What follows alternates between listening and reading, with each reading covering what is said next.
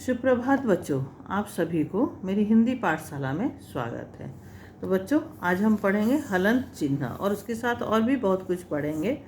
तो हलंत चिन्ह क्या होता है ना, इस तरह हम हलंत चिन्ह का लिखते हैं।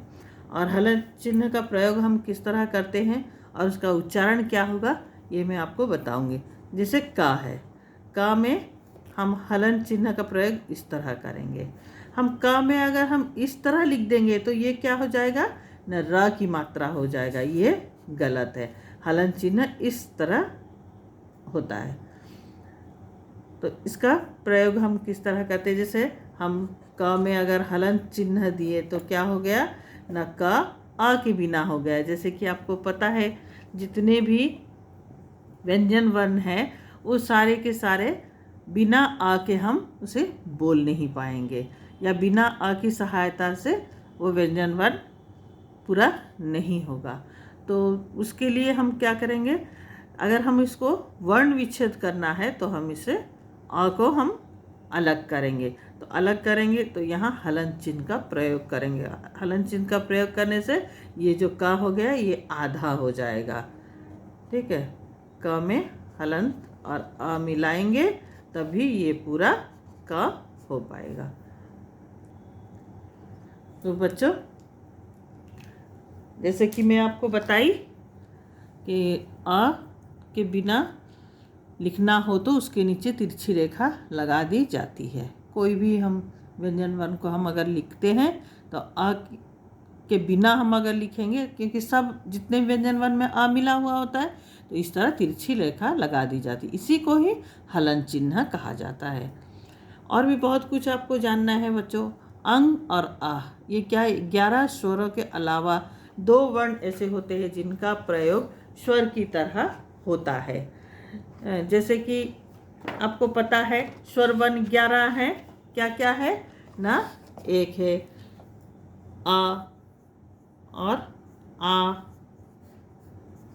छोटी बड़ी छोटाऊ बड़ाऊ, री, ए, ऐ, ओ और औ, ये सारे स्वर वर्ण हैं। तो 11 है, 1 2 3 4 5 6 7 8 9 10 11, 11। तो इसको तो हम स्वर वर्ण कहते हैं, क्योंकि स्वर का मतलब होता है जो हम उच्चारण कर रहे हैं, या स्वर जो हमारे कंठ से निकल रहे हैं बिना हवा रुकावट के, तो उसे हम स्वर वर्ण कहते हैं। और इनकी मात्राएं होती है। लेकिन और अंग और आह ये दोनों भी स्वर वर्ण के जैसे इनकी मात्राएं होती है, लेकिन ये स्वर वर्ण नहीं है। ये क्या है, ये क्या है बच्चों, आपको पता है? ये है अयोग वाह।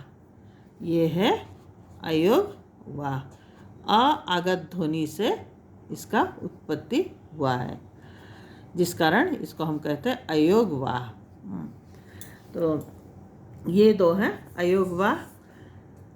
इनके मात्राएं होती हैं और लेकिन ये स्वर वर्ण में ये नहीं जाती है। ये अयोग वाह इसे हम कहते हैं।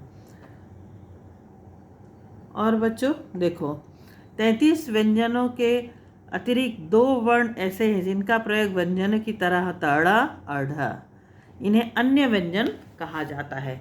देखो इस तरह ड़ और ढ, देख रहे हैं बच्चों, ड़ ढ। तो ड किस तरह, जिसके नीचे बिंदु नहीं है, ड जिसके नीचे बिंदु है। तो मेडल यहाँ नहीं है, डगर, डाक, गेंडा, डमरू, इसको डायरेक्ट हम ड पढ़ते हैं। डलिया, डकैत, डसना, डरावना। ड़ अगर हम पढ़ेंगे तो क्या हुआ, ड़ के शब्द क्या क्या है, भीड़, मतलब ड़ आ रहा है। उड़िया में है ना, उड़िया में ड़ एक अक्षर है, एक अक्षर है ड़ का। तो जैसे उड़िया में ये अक्षर है ड़, ल है और ळ है, लेकिन हिंदी में ये ळ नहीं है, सिर्फ ल है। हिंदी में ल है। तो बच्चों देखो, भीड़, दौड़, पकड़, सड़क, पेड़, गाड़ी, साड़ी, घड़ी, घोड़ा, कड़क, ककड़ी, मकड़ी, गुड़िया, चिड़िया। तो ये देख रहे हो बच्चों, ये सब उच्चारण करने से ही आपको पता चल जाता है ड अड़ में क्या अंतर है। तो इसी तरह ढ और ढ, ये भी किस तरह ढ के शब्द और ड़ के शब्द देखो मैं यहाँ पर लिखी हुई हूँ, और इसको आप देखो और अच्छे से आप इसको समझो।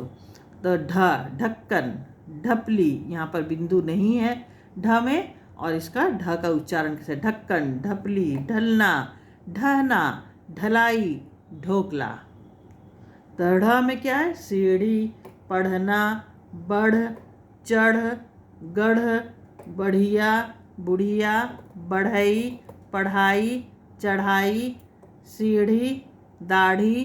तो ये सब देख रहे हो, ढ और ढ़ में अंतर देख रहे हो। तो ये गया, ये दोनों को क्या बोलते हैं, अतिरिक्त व्यंजन। ये जो ड़ है और ये ढ है, ये दोनों होते हैं अतिरिक्त व्यंजन। तो बच्चों ये देखो, अब आगे कुछ वर्ण ऐसे भी हैं जो दो वर्णों के मेल से बने हुए हैं। ये व्यंजन की तरह ही प्रयुक्त होते हैं, इन्हें संयुक्त व्यंजन कहा जाता है। यह क्ष, त्र, ज्ञ और श्र, ये संयुक्त व्यंजन इस प्रकार से बने हैं। तो मैं आपको दिखा रही हूँ, मैंने इसमें लिख रखा है संयुक्त व्यंजन क्ष। श है क में हलंत, आपको जैसे कि पता है हलंत देने से ये क्या होगा ना, इसे हम आधा पढ़ेंगे। क में हलंत और मूर्धन्य श, ये कौन सा स है ना, मूर्धन्य श। तो क में हलंत मूर्धन्य श को मिलकर ये हो गया क्ष। त्र, त में हलंत, हलंत देने से आधा पढ़ा जाएगा और र इसमें मिल जाएगा, ये आधा और र मिलकर त्र। ज्ञ, ज में हलंत और न्य, ज्ञ। श्र, तलवेश में हलंत और र, श्र। तो ये संयुक्त व्यंजन कितने हैं, पूरे 4 हैं। तो आज के लिए बस इतना ही। धन्यवाद।